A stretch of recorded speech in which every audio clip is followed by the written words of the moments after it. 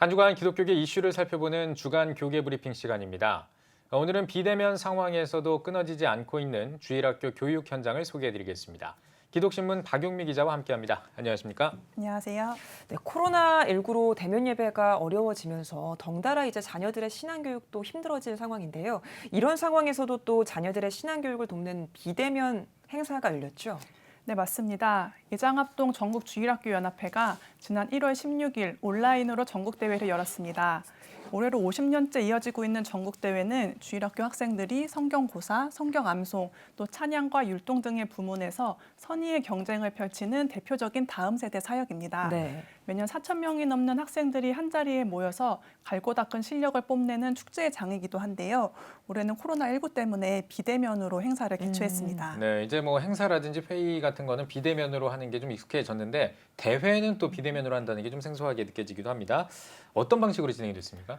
이 성경 암송과 찬양, 율동은 영상으로 미리 접수를 받아서 심사했고요. 성경고사는 신청한 학생들이 각자의 편한 장소에서 스마트폰이나 컴퓨터로 문제를 다운받아서 시험을 보는 방식으로 진행했습니다. 네. 특히 성경고사의 경우에는 감독관 없이 시험을 보기 때문에 문제의 난이도를 높이고 문항수를 조절하는 등 이 준비에 만전을 기했고요. 또 학생들이 모의고사를 통해 시험 방법을 사전에 연습할 수 있도록 배려했습니다. 그 결과 기술적인 문제가 한 건도 발생하지 않고 은혜롭게 행사를 마쳤습니다. 네, 처음 실시하는 방법인지라 비대면 대회에 대한 우려도 있었을 것 같은데요. 대회 전후로 반응이 어땠나요? 네, 대회 전에는 이렇게까지 대회를 열어야 하느냐는 눈초리도 있었습니다.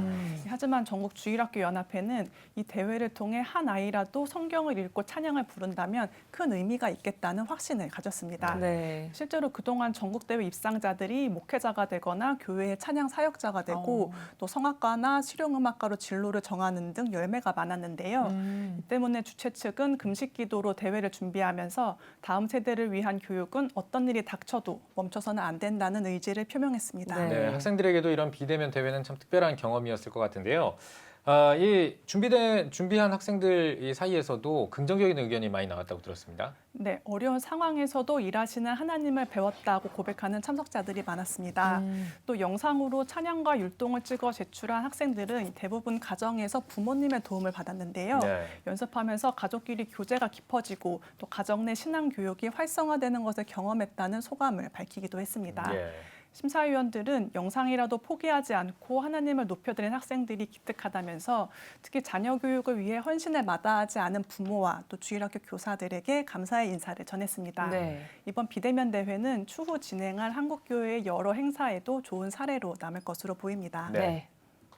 한국교회가 비대면 시대에서도 하나님께 더 가까이 나아가기 위해 노력하고 있습니다. 특히 다음 세대를 위한 교회 교육이 멈추지 않도록 한국교회가 새로운 방법들을 연구하고 고민하길 바라겠습니다. 박용미 기자 잘 들었습니다. 감사합니다.